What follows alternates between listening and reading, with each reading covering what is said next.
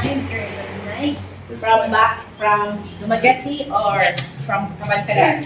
Ano kami ako kasi taga-Rizal. Oh, Tagalog din. Ito taga dito po. Yes, from Dumaguete mo. Mabinay.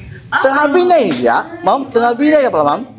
Very good. So, actually, sir, ito pala yung mga tourist attractions namin dito sa Mabinay. So, Panutiban Cave at Barangay Kambuhog, Mount Daan at Barangay Danli, and then Pinayunan Peak at Barangay Bato, then Bugsok Falls. And then, Crystal Cave belong to the beginner's level, then Mambaho Cave under the advanced, Udluman Cave, the second longest cave of the province here in Mabinay. Then Mabinay Spring Resort, Tilapia Village. Pero here in our officer, naatay mga caves na open to the public, categorized into 3 levels. May beginners, advanced, and extreme. Pag beginners, 2 to 3 hours lang. And then, one of our caves belong to the beginners level. The Pandalihan Cave is zero visibility. And the Crystal Cave, we have artificial lights inside. Yung entrance is 25 pesos per head per cave with a municipal turf of 400, package per 3 caves maximum of 6%. Mambaho Cave, thousands of bats inside. Yung water na may encounter hanggang paalam po. And then Baliw Cave, there you need to duck walk, snake roll, there's a part there that you need to submerge the water.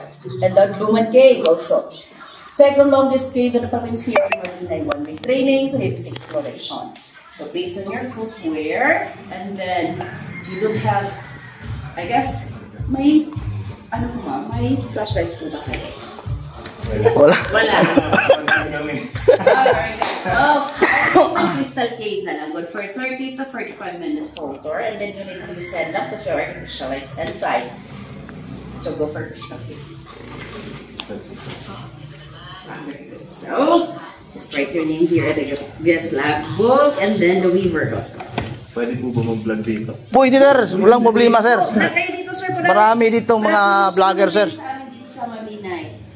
Kasi yung mayor namin nag-report ko kasi ng mga tourist attraction namin para yung mga mga guests namin, mag-invite ko sila ng mga friends and relatives nila or mga family na to come and visit Mabinay. Okay,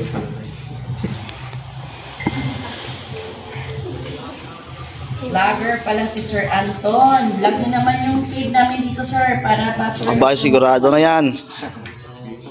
Anytime nung nag-vlog lang siya. Oh, very good time po, sir. Kami kung pwede.